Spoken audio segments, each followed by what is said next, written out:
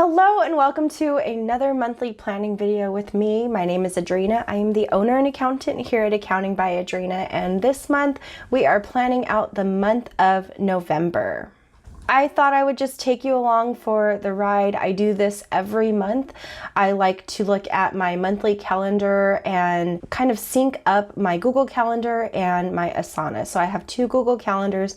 One is personal and one is business, and then I have an Asana board. So I'm just looking at, on my Asana perspective, I'm just looking at all of my tasks combined. And so I like to kind of just plan out my month this way. It gives me a really great bird's eye perspective on what the day has in store, whether that is looking to record more YouTube videos, whether that's a CEO day, whether that's meal prep or anything else in between, like any personal things that I have going on or exercise, especially if I'm meeting up with a friend. I like to go to the Rose Bowl to go on a walk, and so I like to make sure that I have that listed on my calendar as well.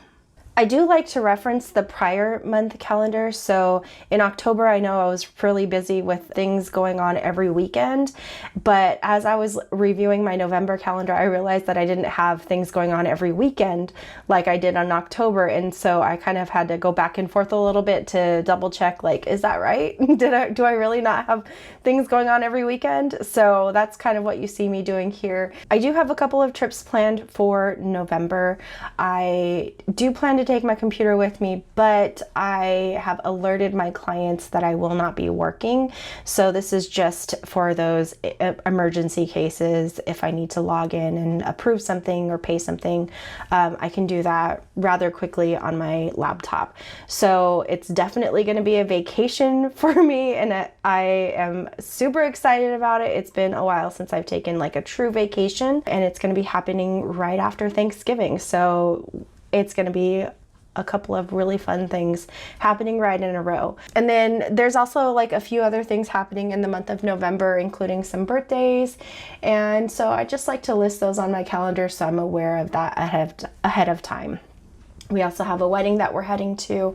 And so just making sure that I'm capturing everything of importance on my calendar. Another thing that I'm thinking about while I'm doing this process is to make sure that I'm planning for Christmas. Now, November is kind of like the ramp up to busy season. And so I kind of like to make sure that I'm thinking through like, okay, what's happening in December as well as I'm doing this. And one of the things that I was thinking about is decorating. So I need to go to storage and get out some of my Christmas decorations, putting up a Christmas tree, like things like that. I want to make sure that I have time set aside to do all of that, because that is definitely a big task. Another thing that I wanted to mention is, even though this is kind of like my bird's eye perspective, it's just something that I have on the wall that's right next to it. So I can just quickly glance up and see what's happening. Let's say I'm just in the middle of a meeting and I need to just quickly reference what's happening in the next day or the next week.